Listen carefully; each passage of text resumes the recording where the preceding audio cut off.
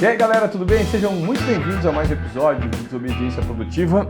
E hoje, assim como eu pedi para o nosso novo parceiro aqui no podcast, o Jogui, para ele anotar tudo que nós vamos debater, porque hoje é aula, hoje é aprendizado, principalmente para você que quer escalar o seu negócio, seja ele físico ou digital. E não dá para desvincular o físico do digital hoje em dia, né? Se você tem um negócio físico, necessariamente você tem que ter uma vitrine digital para o seu negócio. Então nós trouxemos alguém para dar uma aula, ele é do Rio Grande do Sul, é um craque em escalar novos negócios porque ele entende muito de estratégia. Antes de apresentá-lo, eu vou falar que a Desobediência Produtiva tem um novo parceiro, tem um novo patrocinador. É a galera da D4Sign, a principal plataforma de assinatura eletrônica e digital do Brasil. Os caras são nota 10. Se você não tem uma plataforma de assinatura, a D4Sign pode te ajudar muito nisso, tá? Fica aqui minha sugestão, nós somos D4Sign.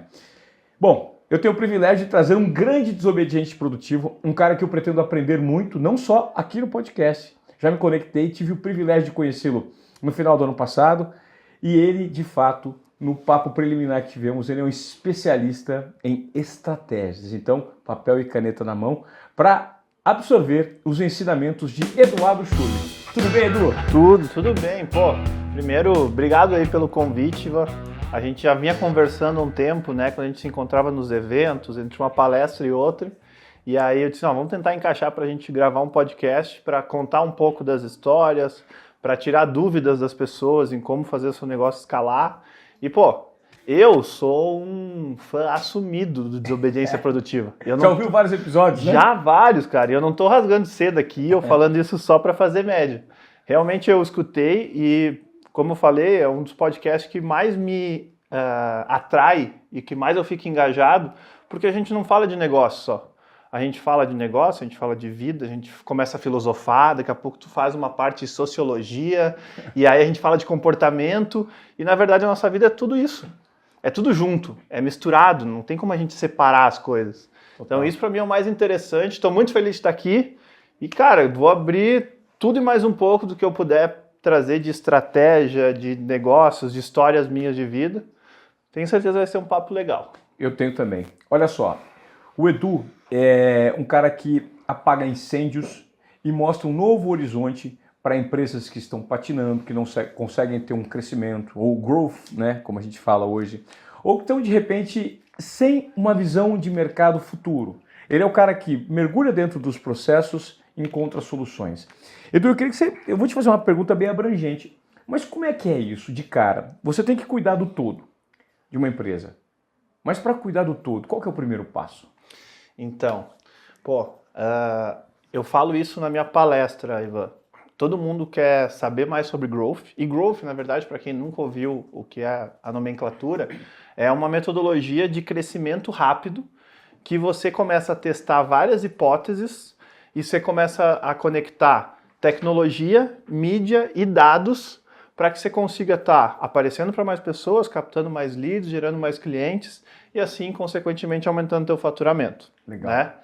E a primeira coisa que eu vejo quando a pessoa está realmente querendo aplicar growth no seu negócio, e que eu digo para as pessoas na palestra, ninguém imaginava, é que a pessoa precisa de coragem.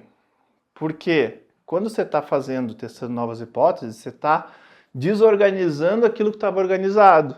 Você está fazendo diferente do que o mercado faz.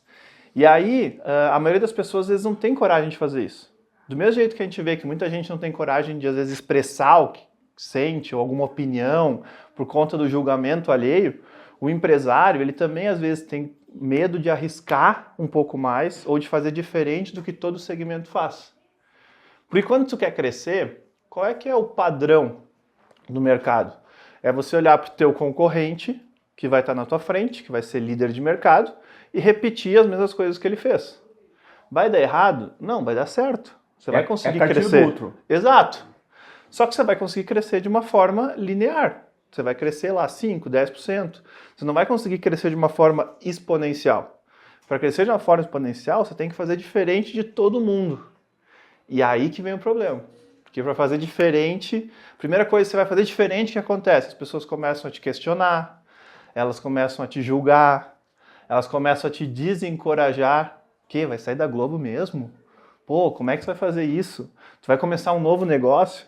Então, É justamente isso que às vezes trava as pessoas. É o comportamento, né? É o sair da zona de conforto, ou zona de acomodação, e se propor um mínimo de risco. O que você faz, na verdade, quando você entra numa empresa, você tira todas as camisetas, as meias, as cuecas, as caixinhas e reorganiza tudo. Isso aí. E essa dificuldade é a que fica mais evidente quando você vai colocar o dedo na ferida das empresas, Edu? Sim, porque tem muita gente que quer mudar, mas que não está disposto a pagar o preço de fazer essa mudança. Entendi. Então eu tenho vários cases de sucesso, mas eu tive casos de chamar o próprio cliente depois de um período e dizer assim, olha, aqui a gente não está conseguindo mudar a cultura do teu negócio. Ele já está enraizado assim, a gente não vai conseguir trazer uma mudança, então não faz sentido eu fazer um trabalho intenso aqui se nem vocês estão dispostos a fazer isso. Ou seja, é uma frase que eu acho que o Joel usa, inclusive, que você pode treinar, mas nem todo mundo é treinável. Exatamente. É basicamente isso. Exatamente isso. Você tem ali as formas de fazer, você vai ter o passo a passo e o método de como fazer, mas se a pessoa não estiver disposta a fazer isso, não adianta. Ela não vai sair daquele padrão. Então, vai muito disso, assim, ó, de quebrar padrões. Eu sempre fui uma pessoa que, desde da minha infância, eu sempre olhava para os padrões assim e dizia, cara, como é que eu posso fazer diferente? Deve ter um jeito mais inteligente de fazer isso aqui. Será que não inventaram uma outra forma ainda? E isso eu fui fazendo com tudo na minha vida. Eu fui fazendo na forma com que eu estudava, eu fui fazendo na forma com que eu comecei a trabalhar e principalmente na forma com que eu vendia, que aí eu conseguia ver o resultado mais rápido. Pô, se lá atrás as pessoas vendiam sempre de 1 a 1, como é que eu faço para vender para 50 de uma vez só? Perfeito. Aí eu pegava o processo todo daquele lead, como que ele comprava e pensava, como é que eu coloco agora tantos caras aqui para que 50 lá no final façam a compra? E aí às vezes no mesmo tempo que alguém fazia uma venda, eu conseguia fazer mais. E aí eu trouxe isso para todos os outros processos, todos os outros negócios, para tudo que a gente aplica hoje lá na Smart. Você é um total desobediente produtivo. Ou alguém que olha para uma estrutura pré-estabelecida e tenta hackear o sistema, basicamente isso. Basicamente isso. Por meio de estratégias. É isso aí. Por meio de estratégias. É isso Agora, mesmo. quais são as áreas de atuação? E me fala um pouquinho da Smart. Tá. A Smart, então, foi a empresa que eu fundei. Hoje são 4 empresas dentro de uma só. Tá. Ela iniciou como uma empresa de gestão de marcas e de representação comercial lá em Recife. E aí eu tinha como clientes a Grendene, marcas como Melissa, Farm, né, algumas marcas de moda. E eu via que o mercado tinha um padrão de comportamento e de atendimento que... Tá aqui, ó. O mercado tinha um padrão de comportamento e atendimento que ele fazia sentido há 10 anos atrás, mas não mais agora. E aí eu disse, não vou aceitar que isso continue sendo do mesmo jeito. E aí comecei a fazer esse processo escalável, utilizando principalmente a internet. Então eu pegava lá uma venda B2B, que antes era o vendedor pegar o carro, andar 500 km, chegar lá no cliente para tirar um pedido, a gente fazia isso tudo online. Pô, e o pessoal dizia, mas isso aí não funciona e tal. Eu disse, não, calma, não vai funcionar no primeiro momento. Mas é tudo uma questão de mudança de cultura. O que tu precisa saber? O que aquela pessoa, aquele cliente precisa. Se você entrega para ele o que ele precisa, ele não está nem preocupado com o canal que ele vai fazer a compra. Então aí você tem que deixar bem claro nessa relação. Bom, esse trabalho foi feito e a gente foi escalando esse negócio, crescemos de uma forma exponencial. E aí, como eu fui ajudando sempre os meus clientes a vender, porque eu era B2B, eu vendia para uma loja que ela revendia para o consumidor final. Eu fui ajudando eles a vender e eles foram dizendo, Edu, eu tenho um outro negócio que eu também gostaria de fazer isso, só que não é desse ramo. É um escritório de advocacia, é um hotel, é um restaurante. E eu disse, não, a gente consegue fazer. Porque, na verdade, vender é um processo. Você tem do lado alguém que tem um problema e você tem do outro lado um produto ou serviço que é a solução desse problema. Então, a única coisa que você precisa saber é como chegar nesse cara aqui. E como fazer com que tu chegue em todos esses caras aqui. Assim como tem uma pessoa que tem aquele problema, vão ter mais milhões de pessoas que têm aquele problema. E a tendência do ser humano é fazer diferente do que a gente está falando agora, de quebrar o padrão. A tendência do ser humano é fazer sempre as mesmas coisas. Padronizado. Então, quando tu consegue sair desse padrão e observar, tu identifica qual é ele e tu cria uma estratégia que vai te fazer aproveitar esse padrão. Entendeu? Já que está todo mundo no mesmo lugar, já que todo mundo consome as mesmas coisas, todo mundo é influenciado pelas mesmas pessoas, todo mundo está decidindo comprar por causa dessa dor, então é aqui que eu vou tocar. Aí a gente montou uma agência de marketing, essa agência cresceu e a gente começou a chamar a atenção de algumas marcas maiores que já tinham um departamento de marketing, que já tinham uma agência, mas que não conseguiam inovar. Aí eu comecei a fazer a consultoria para empresas centenárias, como por exemplo o Grupo Hering, como por exemplo a própria Grendene, né? E a gente começou a mostrar que daria para vender de um jeito diferente. Então a gente começou a digitalizar esses processos, redesenhar eles todos, e aí esses 3 negócios eles foram crescendo, só que aí chegou o ponto que eu não tinha mais profissionais para a área. Aí eu montei o 4º negócio, que foi uma escola, que é a Smart, e a gente lá forma gestores de tráfego, programadores, operadores de inside sales, desde SDR até o closer, e aí com analista de dados, e com isso a gente começou a formar isso, só que lá na minha cidade natal, que eu sou do interior do Rio Grande do Sul, sou de uma cidade de 30 mil habitantes, Igrejinha é o nome da cidade. Igrejinha? E aí eu saí de lá com 17, pensei, pô, eu preciso de algum jeito voltar para a cidade trazendo algo para a cidade. E aí eu identifiquei que todos os lugares no Brasil que tinham algum contexto ou algum local onde o pessoal estava lá estimulando tecnologia, marketing digital e essa parte de vendas, esse local tinha se desenvolvido. Governador Valadares, lá em Minas, Campina Grande, na Paraíba, Manaus mesmo, a gente tem vários programadores. E eu disse, pô, eu vou fazer isso lá na cidade. Aí resolvi montar a escola lá, e aí eu formo as pessoas lá. E aí as pessoas, algumas continuam trabalhando lá e outras vão para outras unidades nossas. Você forma em loco presencial ou você disponibiliza vagas online também? A gente forma hoje presencial. Presencial. Isso. Por quê? Porque eu acredito que a gente consegue ter uma cultura e criar comunidade. Como eu começo do zero com a pessoa, eu preciso fazer isso presencial. Então a gente tem muita troca ali de quem é o Ivan, o que ele faz no dia a dia, quais são os valores que ele tem, quais são as coisas que ele prioriza, né? Então isso a gente faz lá. Mas a gente hoje tem unidade em Belo Horizonte, em Recife e em Florianópolis também. Tem tanto pessoas que saíram da cidade e foram para lá, como pessoas que foram contratadas, passaram por uma imersão lá e voltaram para a cidade para seguir com o trabalho. Há quanto tempo você está realizando isso? Quanto de mão de obra você já formou? Olha, eu já estou fazendo isso de formação, deve fazer uns 4 anos mais ou menos. Eu não sei te dizer em números, porque a gente tem lá, a gente sabe que a geração agora que é uma velocidade muito rápida nas coisas. Então eu tenho pessoas que continuam com a gente, teve pessoas que saíram para abrir o seu próprio negócio, e eu fico felizão com isso. O pessoal diz assim, pô, mas o cara saiu aí, ele aprendeu contigo. Eu disse, não tem problema. Cara, vamos pensar abundante. Eu vou formar cada vez mais pessoas. Eu quero que lá na frente o fulano esteja bem e ele vai olhar para trás e dizer, caramba, só para vocês me darem aquela oportunidade, eu aprendi a fazer algo novo e agora mudou minha vida. Isso é um give back para a sociedade como um todo também. Exato. Isso é deixar um legado, né? Exato, exatamente isso.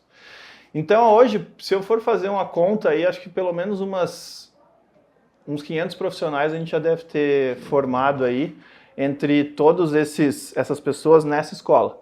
Sem contar quando a gente faz algum curso online, ou alguma palestra, ou alguma coisa assim, que aí a gente traz um pouquinho desse contexto. Agora, sabe por que eu resolvi fazer isso mesmo? Porque eu já tive do outro lado, né? Eu, antes de ser empresário, eu trabalhei em algumas multinacionais e eu já fui desempregado. Então eu via que tinha um padrão. Eu ia lá, fazia o meu currículo, mandava para 250 locais diferentes, desses aí 30 me chamavam para uma entrevista, desses 30, 2 propostas eu escolhia uma. Era o formato padrão. E eu disse, pô, não acredito que é desse formato que as pessoas continuam contratando. Você pega um currículo que você não sabe se é verdade, em meia hora tu vai conversar com a pessoa, tu não consegue conhecer ela mesmo, e aí você vai olhar muito mais para as habilidades dela e para o passado do que para quem realmente ela é, para o comportamento e para o futuro, do que ela quer lá para frente. Porque é isso, as pessoas contratam o passado normalmente, mas, cara, o que vai dar resultado é o que eu quero daqui para frente, não o que eu fiz lá. Então, eu criei esse formato justamente para dizer assim, cara, vamos tentar fazer isso numa escala. Então, como que a gente faz? A gente tem um formulário, onde as pessoas, quando querem trabalhar com a gente, elas preenchem esse formulário. Esse formulário leva aí 20, 30 minutos. E aí, com isso, eu já tiro aquele que não quer preencher, quer pegar o currículo pronto e me mandar. Claro. Se ele não fizer isso, com certeza ele também não vai estar disposto a trabalhar com a gente. E ali a gente faz perguntas muito pessoais também, que não vão estar num currículo. Então a gente também faz essa análise. Depois disso a gente faz uma imersão de 2 dias, abre as portas da empresa, recebe as pessoas lá, e aí a gente começa a gente faz várias dinâmicas com eles, ensina coisas do tipo assim, coisas que eu acredito, né, que você tem que saber contar a história da tua vida, às vezes, em 2 minutos. Só que ninguém nunca te disse isso. Então, se eu perguntar, Ivan, conta a tua história, tu vai começar, então, eu sou daqui, fui lá para tal lugar e não sei aonde, daí eu tive em Paris, daqui a pouco, pô, Paris é demais, né? Bom, aí já mudou o rumo da conversa e a pessoa não conseguiu contar essa história. Então, a gente ensina eles a fazer isso e aí depois quer que eles contem pra gente. E aí eles contam pra gente e trazem outros fatos que não trariam no modelo formal. E aí lá no final a gente ainda faz um happy hour, todo mundo toma uma cerveja com o pessoal lá e conversa, se conecta. E quem dá essas aulas são os próprios gestores, os líderes das equipes, dos squads, e eles que depois selecionam. Então na segunda-feira senta lá e diz assim, olha, daquela turma lá, quais são as pessoas mais legais que a gente viu, que bate com a nossa cultura, que tenha uma formação inicial pelo menos, e que a gente vai conseguir ter um bom rendimento. Ah, são essas aqui. Que legal, cara. Que maneira inovadora de contratar, Edu. A gente tem hoje gestor de tráfego que trabalhava como padeiro. Nós temos programador que trabalhava em madeireira antes. Então, isso é bem gratificante e a gente ganha dos dois lados, sabe por quê? Porque a melhor forma de você ficar bom em algo é quando você ensina alguém alguma coisa. Você fica bom, você aprende algo, daí você vai fazendo, você vai ficando bom, mas toda hora que você tem que ensinar, você tem que voltar para o processo, porque você deixa de fazer aquilo que você faz automático. Sim. Então, quando eu coloco as pessoas que já estão na empresa para ensinarem os outros, eles têm que revisitar o processo deles. E aí, quando eles revisitam o processo deles, eles melhoram ele. Então, quanto mais eu tenho lá os meus profissionais ensinando, se colocando no papel de professor, melhores eles ficam. Então, e tem a parte de gratificação, de tu poder contar para os outros o que tu faz, né? Aquilo preenche o ego deles também. Então a gente conseguiu criar uma comunidade bem bacana, assim, e estamos conseguindo evoluir bastante nesse formato. Isso é uma tecla que eu bato muito aqui nos Obediência Produtiva, que é a melhor maneira de você aprender e fazer com que o conhecimento migre daquela memória de curto prazo para a memória de longo prazo, mesmo que esse conhecimento seja recente, se absorver algo interessante, é fazer com que a quantidade de input que você tem, ou seja, a informação que você recebe, seja proporcional à quantidade de output que você coloca para fora, né? Output, input proporcional ao input. Então, o que você faz? Você só fortalece, reafirma um aprendizado que foi absorvido, não só a curto prazo, pode ser a longo prazo também, só que você volta a falar sobre aquilo. Por exemplo, em 2020, eu lancei um curso de comunicação no mercado, de larga escala, mas vi que o público não era aquele, estava mirando no público errado, mas só gerou aprendizado. Primeiro, eu me forcei a colocar para fora um conteúdo que eu sabia na prática muito bem, que é comunicar, só que na teoria eu tive que revisitar uns processos para falar assim, o que eu faço aqui de teórico que pode ser compartilhado na teoria com as pessoas? A prática é muita história, eu faço muito bem. Beleza, é isso. Agora, recentemente, eu fui convidado para dar uma aula de comunicação. Eu falei, cara, tem muito conteúdo interessante lá. Só que a minha memória de longo prazo ela está meio perdidinha. O que eu vou fazer? Eu vou revisitar alguns processos de ensinamento teórico que para mim não são tão orgânicos, que eu atuo muito mais na prática, porque é a prática que me traz resultados. Para mim, é a prática que... Mas essa parte teórica, para dar insumo para quem eu vou ensinar, eu vou estudar de novo aquilo que eu mesmo criei para eu transmitir essa mensagem, e aí eu estou aprendendo mais um pouco. É isso aí. Né? É basicamente o que você está falando. É exatamente isso. Quanto mais que você ensina os outros e para ensinar os outros você revisita o teu processo, melhor você vai ficando. É isso. Mas para isso tem que ter justamente aquela insatisfação de quebrar o padrão do que você já fazia. Claro. Porque não é porque você faz assim há 5 anos atrás, que agora você precisa continuar fazendo assim, que daqui a 5 anos você vai fazer do meu jeito. Total. Então é justamente isso, você está sempre incomodado, sempre... Inquieto. É isso aí, inquieto, dizendo, pô, mas tá legal. Pô, mas a gente tá tendo resultado assim. Sim, mas será que a gente não pode ter um resultado um pouquinho melhor? E aí você começa a encontrar as oportunidades ali. Tá aí, ó. Esse é um perfil nato de desobediência produtiva. O Edu consegue, na verdade, traduzir o que ele faz por meio de desobediência produtiva. Intuição, Isso. confiança e coragem, quebra de protocolos. Para quê? Para entregar mais do que o esperado. Vamos falar um pouco agora, para as pessoas que estão acompanhando aqui o podcast, eu tenho certeza que a galera tá curtindo. E você que está acompanhando esse conteúdo até aqui, eu vou te fazer um pedido, tá? Eu sempre faço durante o podcast. Compartilha esse conteúdo com aquela galera que precisa absorver esse tipo de provocação, ter esses insights, essas anotações, esses ensinamentos que a gente está dividindo nesse papo aqui com o Eduardo Schurli, e porque isso significa muito pra gente, tá? Então me marque lá o Desobediência Produtiva no @Desobediência Produtiva, compartilhe o seu post com o Ivan Moré, com o @Edu Schurli. Edu Schuller. Isso aí. Edu Schuller. Schuller, é. Schuller. SCHULLER. É isso. Fácil. Edu, vamos falar dos segmentos que você atua como estrategista para fazer com que os empreendedores, que as empresas tenham uma escala, mude o direcionamento do negócio, cresça e traga resultados. Você tem referências em vários segmentos, né? Cases. Tenho referências em vários segmentos. Eu comecei no segmento de moda, né? Primeiro porque eu comecei trabalhando, né, nessa área, eu era vendedor de loja, depois eu fui gerente, depois eu tive a minha loja, tive 2, 3, não deram certo algumas delas, né? Então eu aprendi bastante nesse processo. E aí eu acabei trabalhando em algumas multinacionais da área e comecei a formar justamente esse método baseado nesse canal. Então eu pegava lá marcas de calçado, como por exemplo a própria Melissa, que é nosso cliente até hoje, e olhava o processo e pensava em como redesenhar esse processo. Então eu pegava aquele processo padrão que era fábrica, representante comercial, lojistas, para chegar no consumidor final, e começava a buscar novas possibilidades de fazer esse mesmo processo de uma forma mais inteligente, mais escalável, com menos investimento de energia, tempo e dinheiro, mas que tendo muito mais resultado lá no final. Então eu comecei a fazendo isso. Com isso, algumas outras marcas começaram a me chamar para fazer esse tipo de trabalho. Eu comecei a trazer para eles esse mesmo resultado. E aí começou a ampliar o segmento para a parte de moda com confecção. Então foi quando eu comecei a fazer alguns trabalhos para algumas outras empresas. E aí surgiu a Labela Máfia também, que hoje é uma empresa que eu sou sócio, inclusive, onde na época estava passando por uma dificuldade, foi a época de pandemia, né? E aí eles estavam desesperados para saber como sair daquele momento.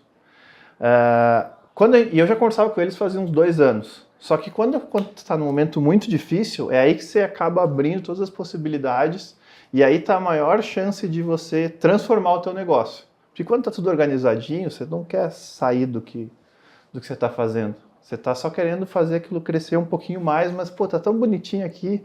Agora, quando veio a pandemia, como foi essa, e traz um baque, aí todo mundo diz assim, caramba, agora eu preciso desengavetar tudo aquilo que eu estava só planejando e colocar em prática. E ali na Labela, a gente começou montando, durante a pandemia mesmo, eu estava morando em Recife na época. Esse é um outro detalhe, né? Eu consigo ter um repertório vasto, porque eu já morei em 15 cidades diferentes. Eu estou em Florianópolis agora, eu já estou pensando em me mudar, faz 2 anos e meio que eu estou lá, ou vir para São Paulo, ou vou para os Estados Unidos passar um período. Porque eu vejo que toda vez que eu me mudo e eu me conecto com novas pessoas, conheço estratégias de novos segmentos, mais eu consigo pegar de um segmento e trazer para o outro. Uau! Isso é a influência do ambiente no seu comportamento e das Exatamente. pessoas que te cercam. Exatamente. Demais. Por isso que eu estou sempre buscando. Então, assim, passa 2, 3 anos, estou numa cidade, eu mudo para a próxima e vou buscando alguma outra bolha, porque a gente está sempre vendendo uma bolha, só que a gente tem que viver com um alfinete toda hora estourando essa bolha, né? Para que daí eu possa aprender. Então, o que aconteceu? Antes de eu criar esse método, eu fiquei estudando muito o mercado de infoprodutos. Eu vi o pessoal de marketing digital crescendo pra caramba e eles tinham um padrão, tinham uma estratégia. E eu pensei, ok, mas por que não usar isso com outras coisas? E aí eu trouxe isso para o segmento de moda. Então ali na Labela Máfia foi um exemplo, a gente criou um time de Inside Sales, a gente digitalizou todo o processo de venda, e aí naquele primeiro mês, que era no meio da pandemia, a gente conseguiu crescer 6 vezes o que se vendia naquele período. Explica para o pessoal que não entende como funciona o processo de Inside Sales. Então, Inside Sales, essa vai ser um time de vendas interna que você vai ter.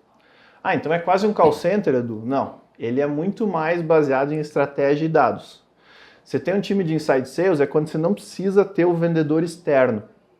Ou, na verdade, você pode ter eles complementares, que é o que eu acredito. Você tem um vendedor externo para fazer um atendimento, porém você tem um interno para ter mais velocidade. Esse time de Inside Sales ele pode ser, primeiro, composto por SDRs, né, que são as pessoas que ficam qualificando o lead, e depois pelos vendedores mesmo, são aquelas pessoas que pegam aquele lead qualificado e fecham a venda. Só que a verdade é que esse time aí, ele tá todo, a gente consegue medir todos os passos que eles dão e todos os passos do nosso lead. Então eu tenho vários dados de quantas pessoas entraram em contato, quantas pessoas seguiram o contato, aquelas que não quiseram, por que elas não quiseram, como que a gente vai reverter essa situação, né? Como que a gente vai conseguir contornar essa situação, quantas pessoas que estão conseguindo comprar e estão realmente sendo fiéis e continuando comprando mais vezes, então a gente tem uma recorrência. E aí com todos esses dados, essas informações que eu tenho no CRM, aí ali está onde a gente começa a analisar para montar a estratégia. Eu começo a olhar, identificar alguns padrões, ver como que eu posso pegar aqueles padrões e fazer isso crescer 10 vezes, e aí a gente começa a testar algumas possibilidades. Detalhar dados. Isso aí. Análise de dados total, e a internet nos permite fazer isso hoje. Por que o e-commerce cresce tanto em relação ao ponto de venda físico? É porque as pessoas se acostumaram a comprar? Sim, mas é principalmente porque você consegue ter todos os dados mapeados. Desde a hora que um cliente viu o teu anúncio numa rede social, quantos clicaram nesse anúncio, quantos foram até a loja, quantos lá na loja provaram o produto ou foram atendidos, quantos foram até o caixa, quantos compraram. Hoje no e-commerce você consegue ver exatamente isso. Até quanto tempo que o Ivan ficou dentro do site. Quais foram os lugares que o Ivan passou, qual foi o mapa de calor, o que ele se interessou. Pô, o Ivan ficou olhando lá um calçado no site e ficou lá 5 minutos namorando e não comprou. Ok, então eu posso agora mandar um e-mail para o Ivan dizendo que aquele calçado lá vai ter uma condição especial para ele. Porque ele já estava nessa dúvida. E o ponto de venda físico não tem toda essa informação. Porque não se tem a cultura de buscar essas informações. Agora está se mudando um pouco disso. Perfeito. Então é isso, é não separar o digital e o físico, mas usar os dois para que um complemente o outro. Porque já tem alguns estudos que falam que a geração mais nova agora, ela não quer mais identificar se a compra vai ser na loja física, se vai ser na loja online. Ela quer comprar da marca. Independente. Se tiver no online, eu compro no online e vou lá e retiro na loja. Se tiver na loja, eu compro na loja, mas não quero ficar com a sacola, mando para minha casa. O importante é que você tenha cada vez mais canais de distribuição e de contato com o teu cliente. Ainda hoje no mercado, existem poucas empresas que utilizam dessas ferramentas a seu favor. Tem muita gente operando em formatos antigos ainda? Muita gente, muita gente. Tem empresas hoje que têm um faturamento muito relevante, e quando você vai olhar o processo, não tem um CRM hoje, onde você vai conseguir atualizar e ver quem são os seus clientes, qual é que é a frequência de compra deles. Então, ainda a gente está passando internamente por um processo de profissionalização disso e de digitalização. Acho que mais que profissional é digitalizar, porque não quer dizer que não é profissional antes, só que antes eles não tinham essa cultura de ficar olhando os dados o tempo inteiro e buscando melhorar um pouquinho mais. Sim. Então agora a gente consegue ter isso no digital. Ô Edu, você hoje se apropriou desse conhecimento. Mas para que isso não dependa único e exclusivamente de você, você montou uma escola que forma mão de obra. Quantas empresas você atende hoje e como você conseguiu transferir esse valor para gestores que hoje substituem o Edu em alguns lugares? Porque eu acho que é legal o que você faz, só que isso depende exclusivamente do seu cérebro. O desobediente produtivo é você. Né? Como gerar esse senso de pertencimento em quem está do teu lado para que eles tenham a mesma efetividade que você tem? Esse eu acho que talvez seja o maior desafio de todos, né? E é onde é a minha luta diária. Então, assim, o que a gente teve que fazer primeiro? Eu contratei uma consultoria para desenhar esse método junto comigo, para que olhasse como que eu funcionava, para que pensasse junto comigo e fizesse alguns questionamentos e a gente desenhasse um método. A gente conseguiu desenhar esse método e através desse método é que a gente forma mais e mais pessoas. E aí, com isso, eu tenho pessoas que estão comigo aí desde o início da Smart, que hoje são até meus sócios na empresa, porque a gente também busca reconhecer sempre as pessoas e falar, pô, se a gente está crescendo junto, então pô, pode ter uma participação aqui. E essas pessoas, de tanto estar andando junto comigo e participando dos projetos e dos cases de sucesso, elas foram também adquirindo esse conhecimento. Então a gente consegue escalar isso, porém, vamos ser bem sinceros, nenhuma pessoa vai conseguir ter o mesmo formato de raciocínio que eu tenho. Assim como eu também não vou ter o mesmo formato de raciocínio de outra pessoa. Claro. Porém, como a gente tem um método e a gente vai captando dados, eu consigo hoje estar por dentro de tudo que está acontecendo em todos os projetos. Porque a hora que eu estou agora pegando um voo para vir para São Paulo, eu dou uma olhadinha nos relatórios, eu acompanho como que estão algumas vendas, eu tenho alguns indicadores que são chave, e o nosso principal indicador é como que a gente pegou a empresa e como que ela está hoje. Ela tem que estar crescendo. Então eu começo a olhar por aí, depois eu vou aprofundando esses indicadores, e ali eu consigo ver algumas oportunidades diferentes.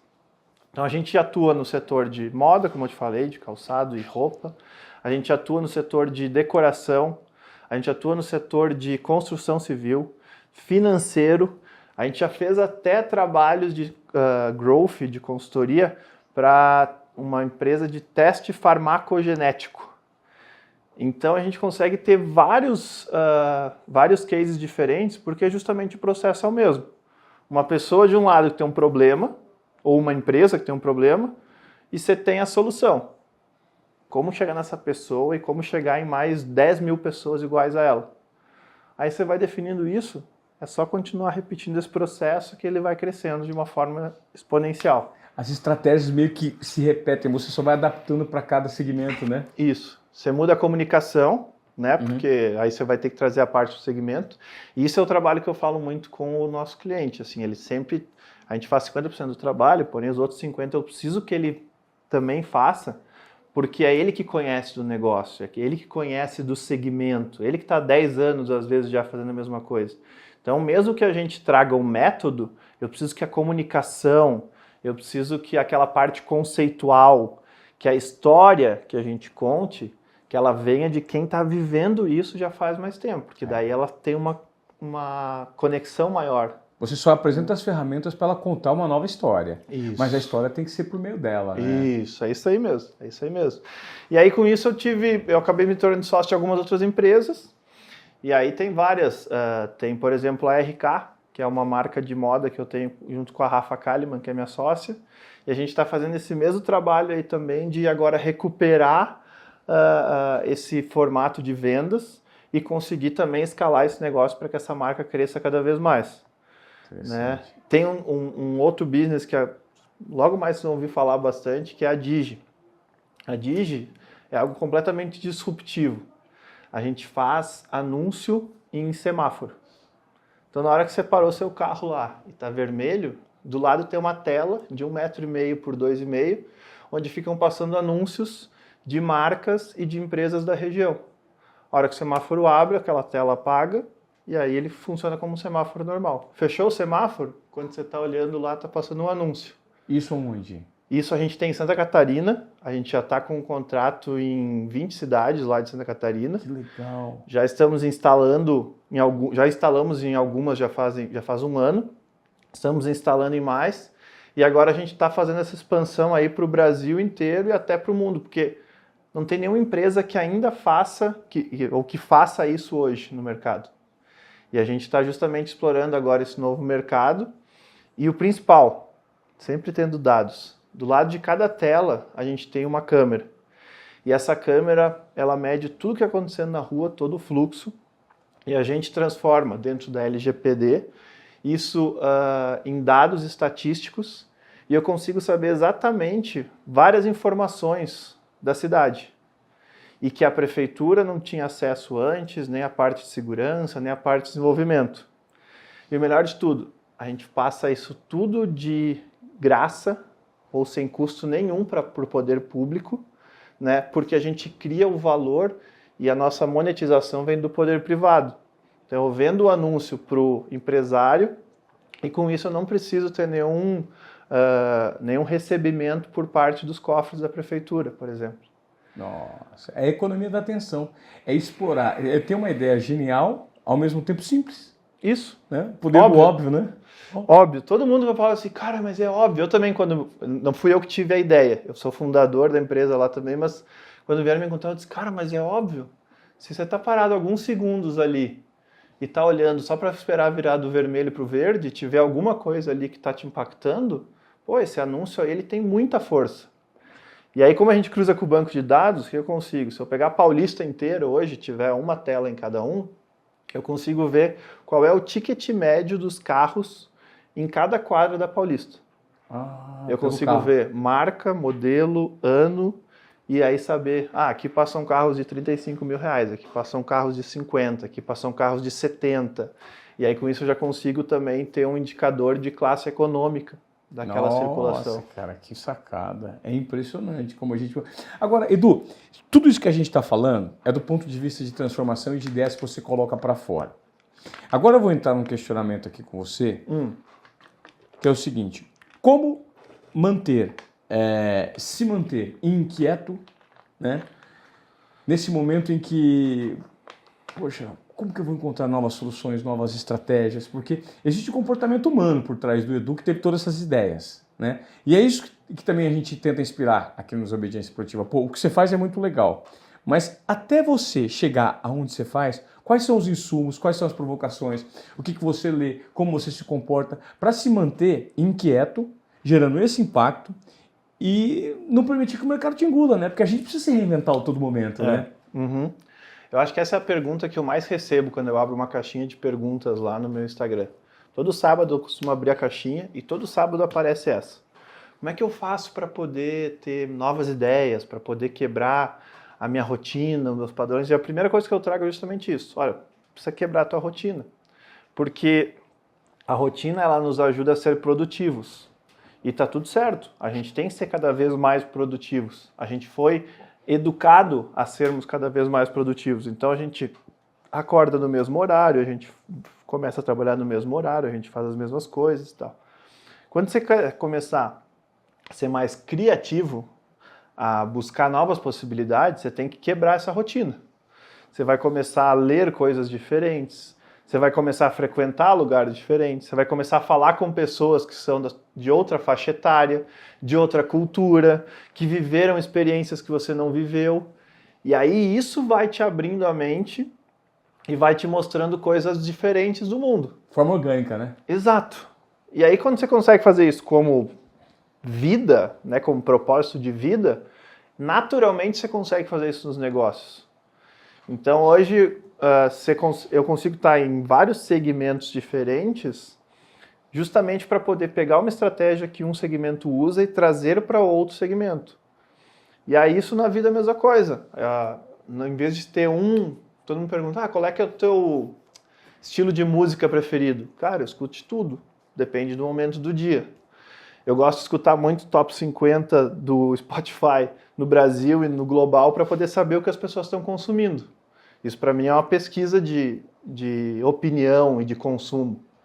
Né? Eu gosto de ler e ver quais são os principais canais de YouTube, documentário. Pô, tem muito documentário bom pra caramba aí no streaming que as pessoas não assistem. Por quê? Porque elas vão normalmente assistir aquela série só. E eu assisto série pra caramba também, eu gosto, tá? Não vou dizer que não faço isso, faço muito. Mas tem muito conhecimento lá. Então, hoje, a gente tem o conhecimento na palma da nossa mão. Né? Isso aí já é clichê. A curadoria que é difícil, né?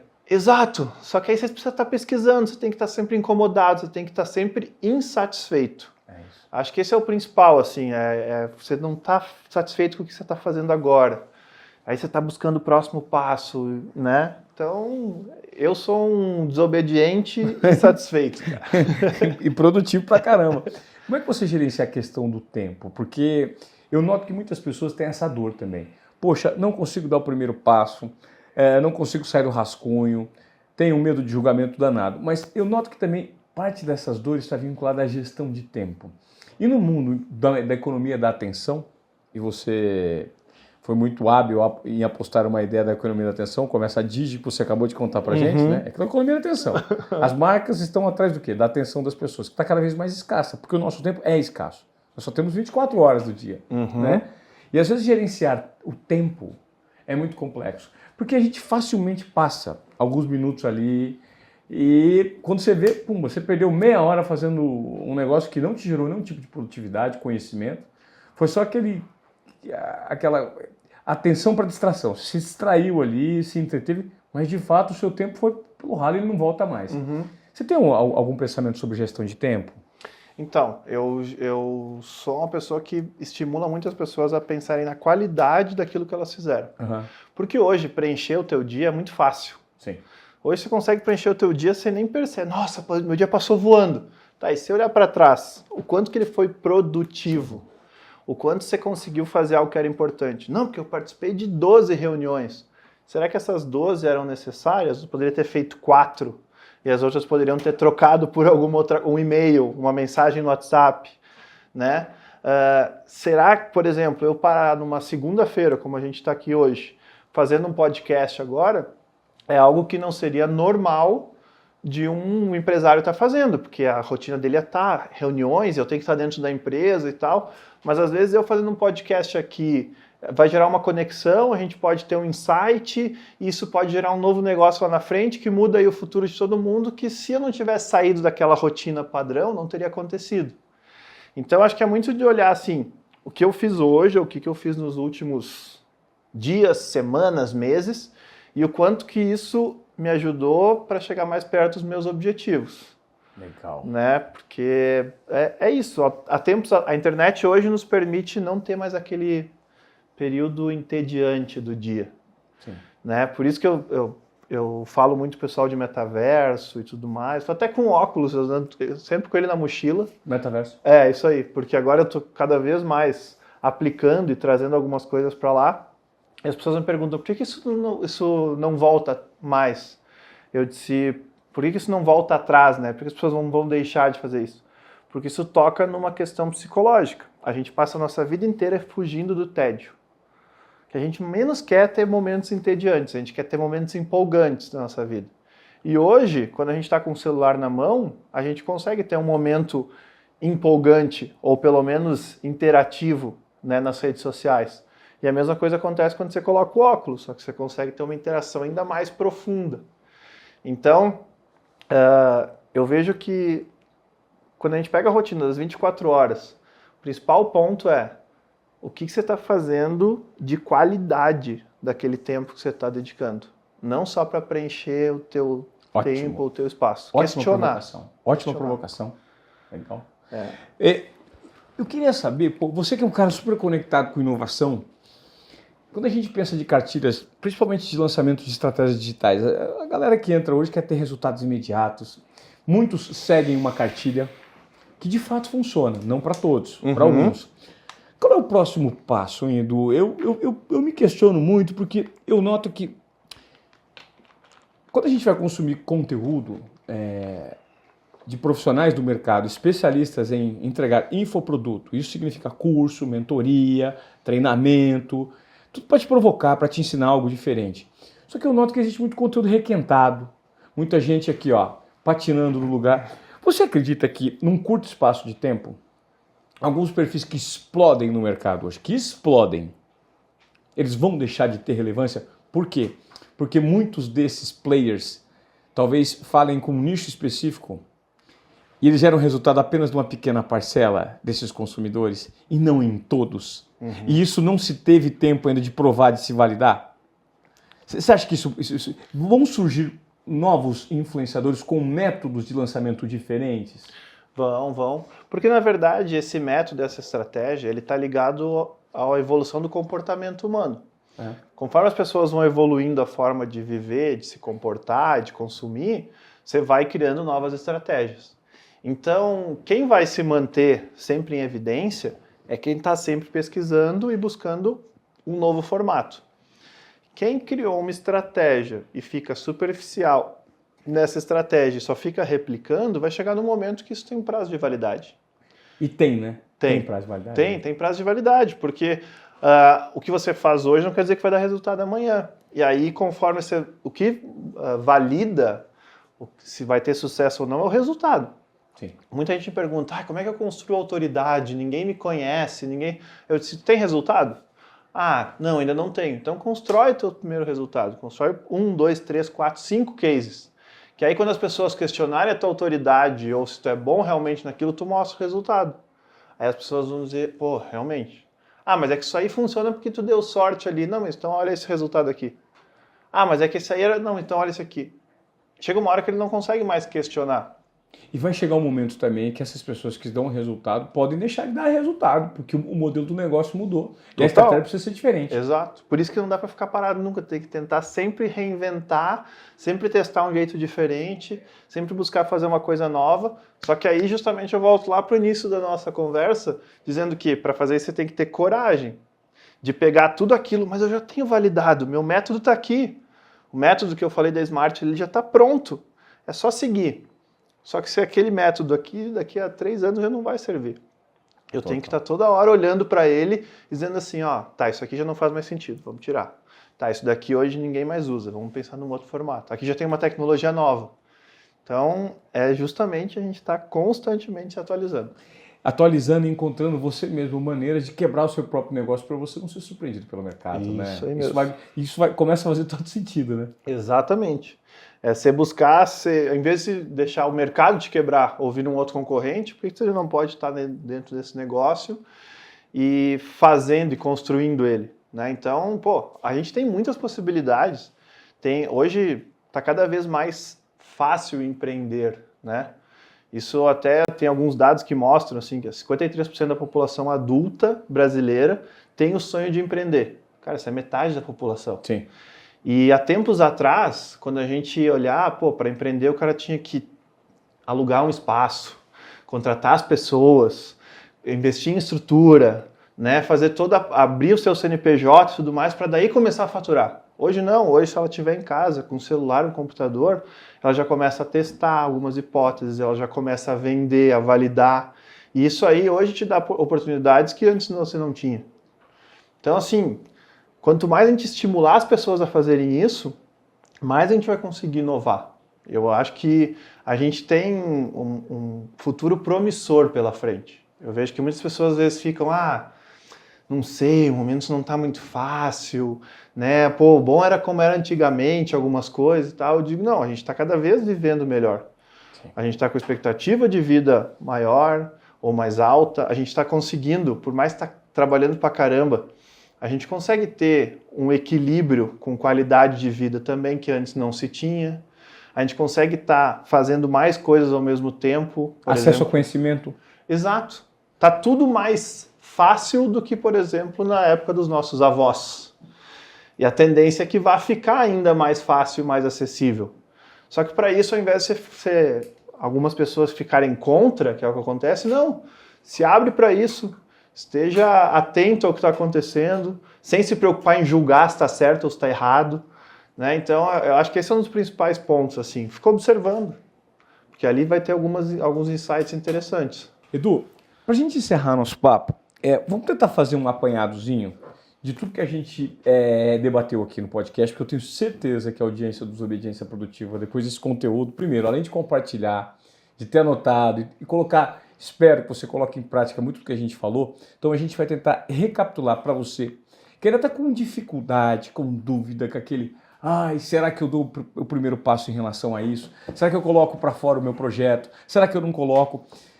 Eu creio que muito do que você fez, e hoje com a expertise que você tem no mercado, você não esperou estar totalmente pronto para você colocar isso em prática.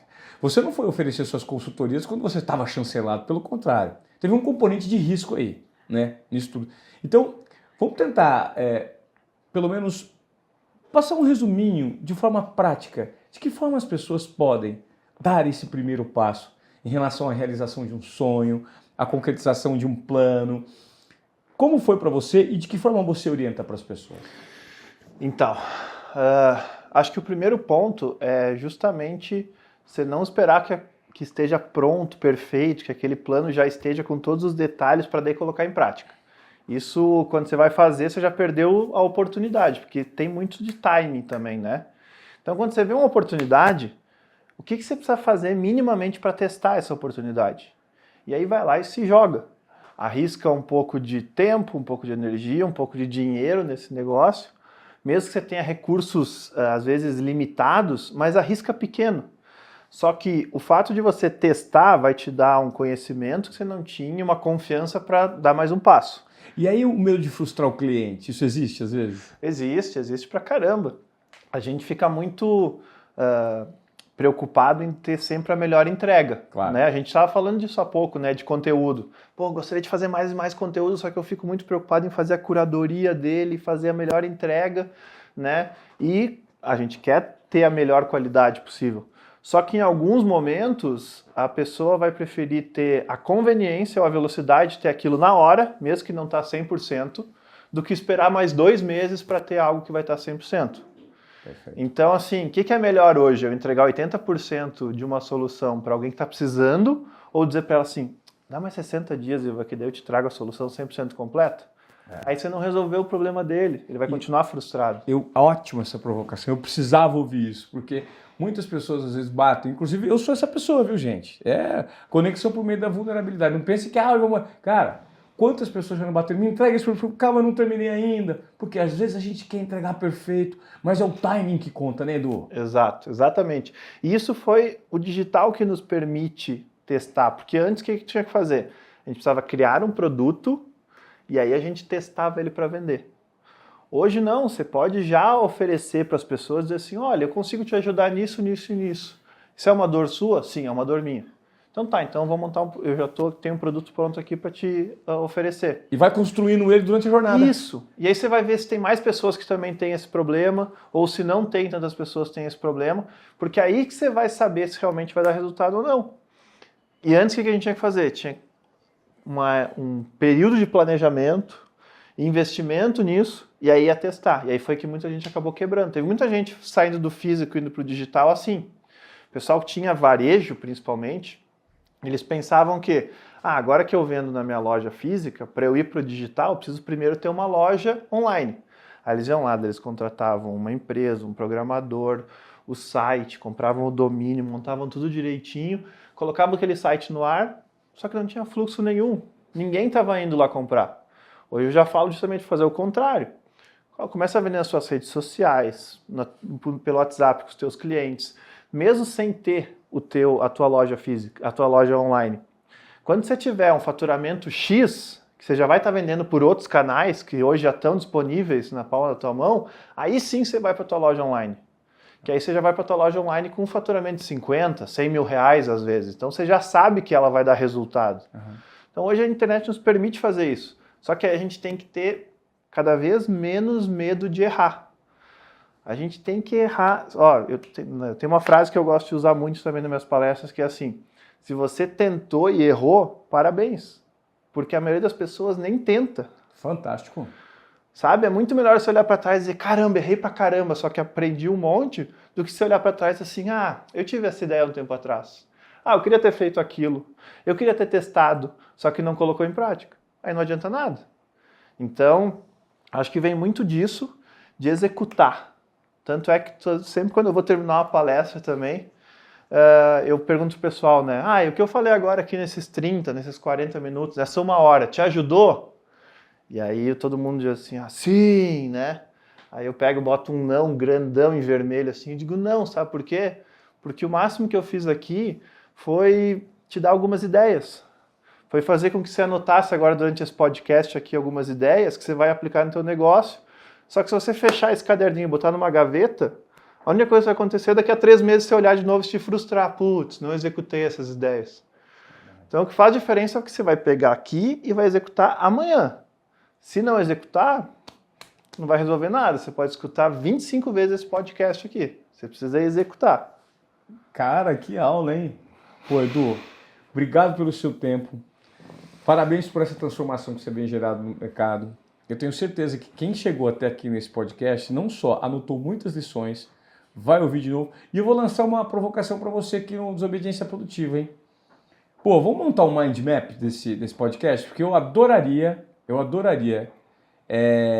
receber aqui alguns mind maps interessantes sobre esse conteúdo que foi discutido. Que primeiro, é uma linha do tempo legal para quem não acompanhou, inclusive para a gente receber alguns insumos que foi discutido, porque resume uma conversa bem aprofundada. O Edu abriu a cartilha dele aqui, como ele funciona, como ele trabalha, de que forma você pode colocar as suas ideias em prática, dando o primeiro passo, usando a tecnologia.